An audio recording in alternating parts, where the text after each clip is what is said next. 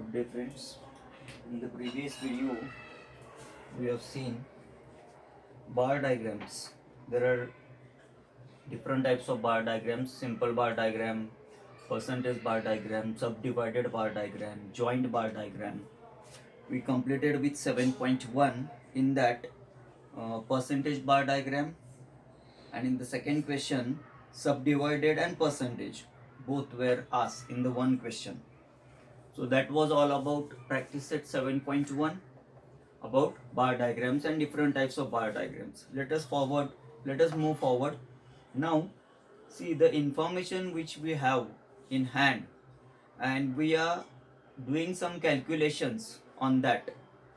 We are doing some procedure, that is calculation operations, and then we are coming to some conclusions to find out the central tendency, and different conclusions from the information available with us. So the information which is available on which we are processing the information is known as raw information, that is in the statistical form it is data. Okay, now for example, if you want to start some business, okay, so you need to have some raw material for that. Suppose if your business is making oil. Now, to make oil, you need to have some groundnuts and some other things, machinery. Based on that, you will prepare the production. So the material which is needing at the primary level, it is known as raw material. Same here, the information which is needing at the primary level, at the basic level on which we are doing the operations, some calculations, mathematical procedure, and then we are coming to the decision, conclusion. So that basic information is known as data. There are two types of data in the statistics. First, which we are collecting by our own, one by visiting, and second is just we are taking the information from somebody which is already collected by them. See, if we are individually visiting and collecting the information, or if we are individually collecting everything without somebody's already ready-made information, so that type of information, that type of data is known as primary data. There are two types of data: primary data and secondary data. Now, which is primary data? Where himself or herself the person should collect the information, not from somebody's ready-made information. For example, if teacher is telling to the monitor of your class, if mathematics teacher is telling to the monitor of your class, go in every class, go in every class and find out whose period is going on. Go in every class and find out whose period is going on. So your monitor, your class monitor is going in each and every class, and your monitor, suppose 9th division A, whose lecture is there English, 9th division B, whose lecture is there mathematics, 9th division C, whose lecture is there geography, 9th division D, whose lecture is there PT, and the monitor is coming to your teacher again. Now monitor collected the information by visiting to the particular place. So the information collected by monitor is known as primary data, that whose lectures in which class. Okay, that is primary data. Now the information is provided to your teacher, the teacher who asked the monitor to go and get the information. Now teacher got it ready made, and based on that teacher will take some decisions. So teacher did not individually visited the place, teacher took the information from your class monitor. So information collected by your monitor is primary data, and the ready-made information is provided to the teacher, or teacher is using the ready-made information which was collected by your monitor. So data with your teacher is secondary data, because teacher herself, she did not visited to every class, herself not gone and collected the information. So this is the difference between primary data and secondary data. Primary data is the person's individual efforts to go visit and collect it, so it is time taking. Secondary is already somebody collected information, that information is carried forward, so that is secondary data. Secondary data is ready-made data. Primary data is taking time, secondary data will not take time. This is the main. difference between primary and secondary data. If you come to page number 113, there are some difference points. What is the difference between primary data and secondary data? 113, there is one table, primary data, secondary data. One point in the primary data is it requires more time. Monitor need to visit each and every class. Some classes are up, some classes are down, so it is time taking. So primary data, it takes more time. What about secondary data? It is readily available, so needs less time. Monitor make it ready and hand over to your teacher. So teacher got it sudden. Monitor waste his time. That is monitor's efforts. But when the teacher is getting it, maybe teacher gone in another class. Okay, or in the recess time, monitor visited her and hand over her. So class teacher is taking the teacher who asked to collect it. She is taking ready-made information, so it is not time consumable for her. Second point, it is up to date and detailed information in primary data. Primary data is up to date and in detail of every class which teacher is there. In the secondary data, it is taken from already collected data. It is not necessarily up to date. It may lack in details also. Now, whatever information exact teacher is needing, it may be sometimes lack, because suppose if she was needing that where is so and so teacher, suppose Mrs. Mrs. Patil, her lecture she want to search that where it is, and suppose Mrs. Patil is that time she is having off, okay, and her all the 9th standard classes that monitor gone, he give the information, but there is no Mrs. Patil's name, means her lecture was not there. Now again the problem is there for your teacher who want to search Mrs. Patil, because she was having the doubt that Mrs. Patil's lecture is in 9th standard, but it is not there, so she need to search somewhere her. Instead of that, she is supposed to tell to monitor to go in all the classes, all the divisions, and find out where is Mrs. Patil's lecture is going on. Okay, but she was having the doubt it may be in the 9th standard, so she sent him in the 9th standard only. So this is the thing, sometimes the required data may be missing or lagging in the primary information. In primary data, it is correct and reliable. In secondary data, it may be less reliable because it is collected from somebody else. So when the monitor is going and collecting the information, at that time, suppose if it is happened like this in class A, I think I said English lecture. Suppose English teacher he saw in the class, so he found that English lecture is going on. But suppose if there is history lecture and for 2 minutes history teacher gone somewhere out, and she requested English teacher to be in that class for some time till she comes back. Okay, history teacher gone. It is suppose actually history lecture, but she gone out, and English teacher is there for time being. Just when the history teacher will come back, she will go out, and in between that time only monitor visited in the class, and he did not ask anything, he just saw from outside that which lecture is going on, and he marked that for class A or division A English lecture is going on. When he entered in another classes, till that history teacher came back, so actual lecture is history teachers. Okay, it may be Mrs. Patil's lecture also, but same thing can be possible. So here it may be less reliable. So these are the main differences, but the important part is what is primary data, what is secondary data. Primary data is collected by individual person. Secondary data is somebody's information, somebody's collected data is already used, that is known as secondary data. So based on this, let us continue with 7.2, practice set 7.2. There are some questions. Classify the following information as primary or secondary data. Page number 113, practice set 7.2, question number 1. It is classify the following information as primary or secondary data. It is given to us information, just we have to see which is primary and which is secondary. Question number 1, sub question number 1. Information of attendance of every student collected by visiting every class in a school. Information of attendance of every student collected by visiting every class in a school. Suppose if I am the teacher, I will visit to every class and I will take the attendance. So it is my personal visit and personally I collected it. So information of attendance of every student every child in the class, 50 students are there, all 50 students present is taken in division A. Then I will go in division B, the 60 students are there, everybody's present is taken, who is present, who is absent. So in details I have taken it and by own. So this is primary data. Sub question 1, it is primary data. I will write PD for primary data and SD for secondary data.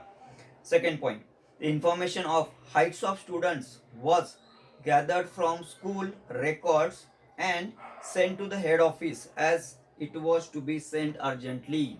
Suppose principal's order is there to your PT teacher that immediate the information heights of the students is required for health department, health department of the institute, so send it immediate. So what the PT teacher has done, PT teacher did not go into every class and take everybody's height, because suppose 2 months before the height was taken and there might be the difference in the height, because in teenagers height increases rapidly or instantly. So and it was urgent also for your PT teacher, so whatever data was available in the school, he just took it and sent it. So already collected information, he took it, he did not gone to each and every child and took the height. Suppose if he would have gone to each and every child, then measure the height, then it was time taking and the thing was urgent. So this is secondary data because already the information was collected and he used it. So point number 2, it is secondary data. Third, in the village Nandapur, the information collected from every house regarding students not attending school. Somebody visited to every house of the Nandapur village and asked and took the information. How many children are there? How many are going to the school? How many are not going to the school? What is the reason? So this is primary data because in deep and by actual visit it is collected. So sub question number 3, it is primary data. Sub question number 4, for science project, information of trees gathered by visiting a forest.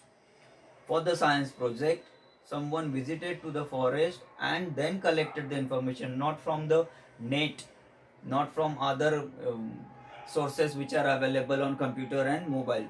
So this is primary data because information of trees gathered by visiting a forest, actually visited the forest and collected the information, so it is primary data. In case suppose if the information is asked to collect and somebody collected it from the website and using the computer, using the internet, so that is secondary data because already it is collected by somebody and loaded on the computer, on the internet, and that we are using it, so that would have secondary data. So here sub question number 1 primary data, sub question number 2 secondary data, third is primary data, and fourth is also primary data. Let us continue with the next part. Here the next part is about classification of data. Now data is classified into two parts. First part is group frequency and second part is ungroup frequency. If the information of 10 students is provided to us, like out of 30 the marks of 10 students, suppose it is 15, 20, 30, 10, in this way, information of 10 students. So this is not in the form of group, it is every individual's marks are written. So this is of the type ungroup, there are no groups and it is not divided as per the groups. But same thing if it is collected in this way, students score marks in between 0 to 10, it is out of 30. Students collected marks in between 11 to 20, students having marks in between 21 to 30. Suppose 0 to 10 there are 9 students, 11 to 20 suppose there are 20 students, and 21 to 30 there is one child, total number of students are 30. So this is in the form of group. So this is group frequency distribution and this is ungroup frequency distribution. This type of information is ungroup frequency distribution and this type of information is known as group frequency distribution. Some groups are made and the information is taken, and here each and every individual's information is written. With the help of that another processing can be done. So group frequency distribution, ungroup frequency distribution. Now in group frequency distribution there are again two types. See what is that. Here if you'll observe this, I will rewrite it. Here what are the groups? 0 to 10, sorry, it should be 1 to 10, not 0. 1 to 10, then 11 to 20, then 21 to 30, and the frequency is 9, 20 and 1. Okay, now see, what first we will discuss it, then we will come to which type of which two types are there. Suppose if somebody score 10.5 marks, if somebody score 10.5 marks, so approximately we are considering it 11, then it will be added in this group. But if I want to not to convert it as it is 10.5 only, in some schools teachers are writing as it is 10.5, 11.5, 9.5. Okay, and then in total of all the subjects they are making it approximately. Every individual subject they are not making it. Same way for every question also. Question number 1 9.5, question number 2. So board method is for every question it will be round up, and then finally again it will be collected. But in schools, at school level, what they are doing, they are not adding, they are not rounding up for every question. They will be writing as it is. Question number 1 9.5, question number 2 10.5, and then in total only they will try it. In the total, if it comes total 100 out of suppose 120, if your total is, then it comes 105.5, then in total only they will round it up. So there are different methods. Okay, same way here it is not rounded up 10.5, so we don't have the chance to add 10.5, because in the first class marks will be added in between 1 to 10, in the second class it will be 11 to 20. If 10.5 score, there is no chance to add 10.5. So this type of method, this is known as excluding method, because 10.5 cannot be added. So excluding method is here. So we need to make the classes continuous. Here the classes are discontinuous. How to understand it? Choose the successive classes. So these two are the successive classes. In this class, first we will choose 11 to 20 class. In this class, this is known as lower limit of the class. This is lower limit of the class, and this one is known as upper limit of the class. Upper limit of the class and lower limit of the class. Now difference between upper and lower limit, difference between upper and lower limit is known as class width, width of the class. Width of the class is different between upper limit and lower limit. Upper limit UL, lower limit LL. So upper limit is here 20, lower limit is here 11. The difference is here 9. So difference between upper and lower limit is known as class width. Now here the classes are discontinuous. How to understand it? Choose any two successive classes. So these two are successive classes. See the upper limit and lower limit of them. Upper limit and lower limit. Upper limit of first class is 10, lower limit of second class is 11. That is why it finishes at 10 and it starts with 11. So 10.5, there is no chance to add 10.5. So if there is gap between upper and lower limit of the successive classes. Next two, these two are also successive classes. What is the upper limit here? 20. Upper limit of first class 20, upper limit of next class 21. So there is a gap. If 20.7, 20.5 will come, we cannot add it. Okay, so it is exclusive type. 20.5 cannot be added. So if there is the gap between upper and lower limit of the successive classes, then that type of classes are known as discontinuous classes. Classes are non-continuous, but we can make them continuous. So same classes, if you want to make them continuous, how we can make them? See what is the difference between upper and lower limit of the successive class. If we choose first two classes, these two, difference between upper and lower limit is 11 minus 10, it is 1. Difference is 1. Divide that difference by 2. Whatever difference will come between upper and lower limit, divide it by 2. 1 divided by 2, it can give 0.5. Now add 0.5 in all upper limits. We have to add 0.5 in all upper limits. So how the upper limits will be now? If we'll add 0.5 in all the upper limits, this is 10. 10 means 10.0. In that 0.5 is added. Finally it will get 10.5.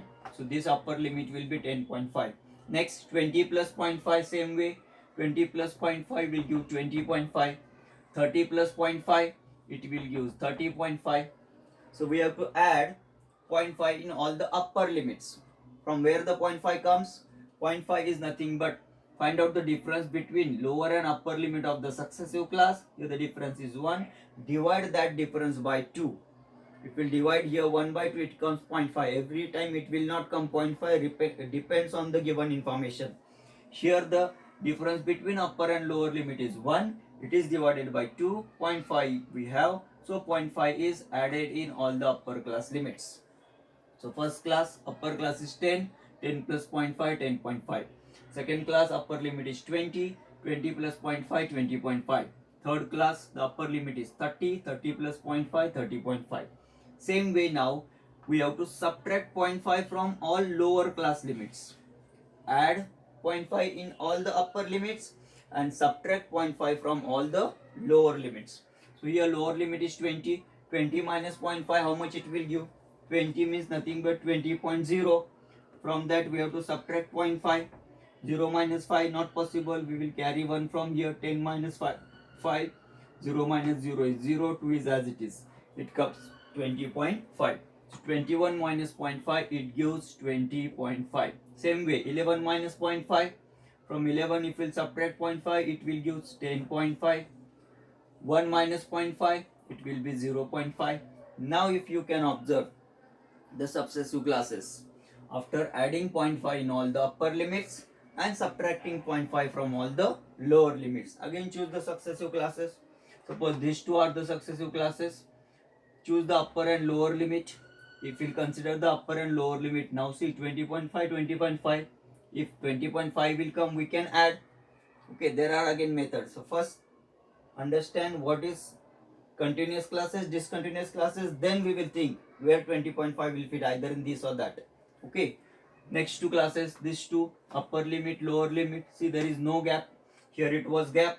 20, 21, 11, 10, there was gap. So discontinuous classes. Here there is no gap between upper and lower limit of the successive classes. So here the classes are continuous. So in this way, discontinuous classes we can convert into continuous classes with the help of the difference between upper and lower limit of the successive class. Now, next part. If 20.5 will come, where it will be added? It will be added in second class or third class. So, for that, if 20.5 is there, in which class it will be? Or it will be in both the classes? That is more important. Okay, for that, the method, while making the table, group frequency distribution table, the method is used excluding upper excluding upper class limit and including upper class limit. Now, excluding upper class limit, if 20.5 will come, suppose if first class is there, now 20.5 will be added in which class? Now 20.5 is here also. By the rule it should be in this and this both. But when we'll do the totaling, if it is counted twice, here also, then the data will be different. Available data and we prepare data, it will not match, it will mismatch because we are counting it double. So we cannot count it double. 20.5 cannot be added in this or this both. It will be added in only one. If, as we know, these all are the upper class limits. Excluding upper limit means if 20.5 will come and 20.5 is upper limit of this class. So excluding, don't consider in this. In this it will be considered till 20.4 only. 20.49. If 20.49 is there, it will be added here. 20.5 means 20.50. It will not be in this class because the method we are using excluding upper limit. So upper limit number will come, then it will not be added in the class where it is upper limit. It will go in the next class. 20.5, here it is not upper limit, here it is lower limit. So if 20.5 will come, it will consider in this class. The method is known as excluding upper class limit. There is another method, including upper class limit. If we use including upper class limit means if 20.5 will come, it will be added in this, including upper class limit, not in this. Then in 10.5 will come, then if you use including upper class limit and 10.5 will come, so 10.5 will be in this because the method use including upper class limit. Most in your syllabus it is excluding upper class limit for next year also. Excluding upper class limits means if 20.5 will come, as it is upper limit of this class, it will not be added in second class, it will be added in next class, because the method we are following is excluding upper class limit. Same way, if 10.5 will come, if 10.5 will come, it will not be added in this because it is upper limit, it will go in the next class. If 10.5 will come, it will be added in the second class. So in this way, the information which is in the form of group can be considered with the help of excluding upper class limit. So these are the two basic things: primary data, secondary data, group frequency distribution and ungrouped frequency distribution. Now based on this, we are going to study next practice set, which is based on primary information, secondary information, group frequency distribution. In the previous standard, we studied about ungrouped frequency distribution. Let us continue based on this 7.3. We are going to study about ungrouped frequency distribution. Group frequency distribution is in the standard 10 next academic year. Practice set 7.3. Question number 1. In that, for class interval 20 to 25, write the lower class limit and the upper class limit. Class 20 to 25, we have to write upper class limit and lower class limit. I think this type of questions are, you attended such type of questions in primary. The information is already given to you and just you have to observe it and sort out. So upper class limit and what is lower class limit? Upper is here 25 and the lower class limit is 20. Second, find the class mark of the class 35 to 40. Class is given 35 to 40. We want to find out class mark. In short, C dot M dot. Class mark, not chief minister. CM in mathematics is class mark. In politics, it is chief minister. So CM is a class mark. 35 to 40. This we did not discuss before this. How to find out class mark? Class mark is nothing but midpoint of these two limits. Upper limit, lower limit, midpoint we want to find. Now when we want to find out midpoint, what we are doing? We are adding both and divided by 2. Suppose 10 kilometer to 20 kilometer.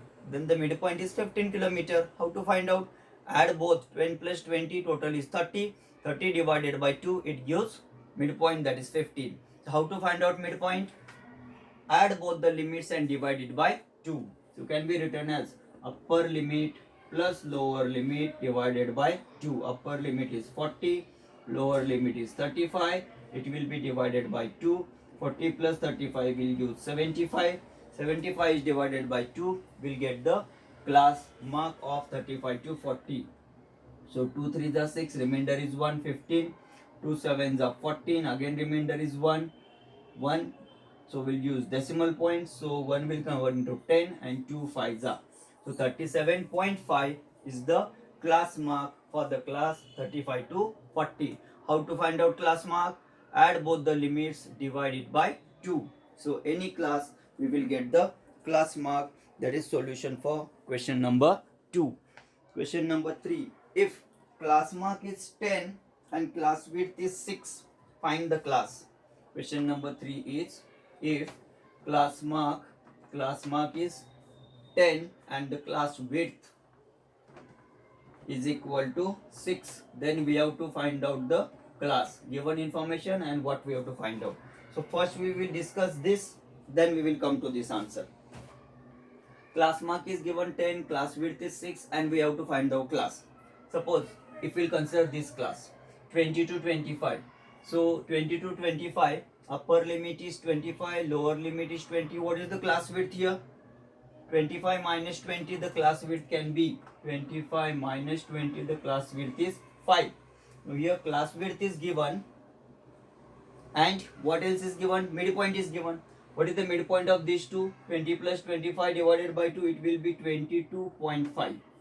Okay, 22.5 is the midpoint of this class, that is class mark, and class width is 5. How we can find out 20 and 25? See, this 5 is added also, subtracted also. Then we will get the upper limit and lower limit. Not exact 5. Because 22.5 is the midpoint of this. Okay, center point. Now, this is divided into two parts. Lower part is 20, upper part is 25. So, in the midpoint, some is added and subtracted. Some quantity is added and subtracted to divide them into lower limit and upper limit. So, what is that part which was added in 22.5? So, the upper limit is available. What is the number which is subtracted from 22.5 to get the lower limit? That is nothing but class width divided by 2. If we divide the class width by 2, we will divide the class width into two equal parts. In the midpoint, if we'll add that, we'll get the upper limit. From the midpoint, if we'll subtract it, we will get the lower limit. See, by using this, class width is 6. So if we'll divide class width by 2, class width divided by 2, 6 divided by 2, it gives 3. Here, the class mark is 10. To find out upper limit of any class is equal to class mark plus width divided by 2. Class mark plus upper limit is equal to class mark plus width divided by 2. And lower limit is equal to class mark, that is midpoint, minus width divided by 2.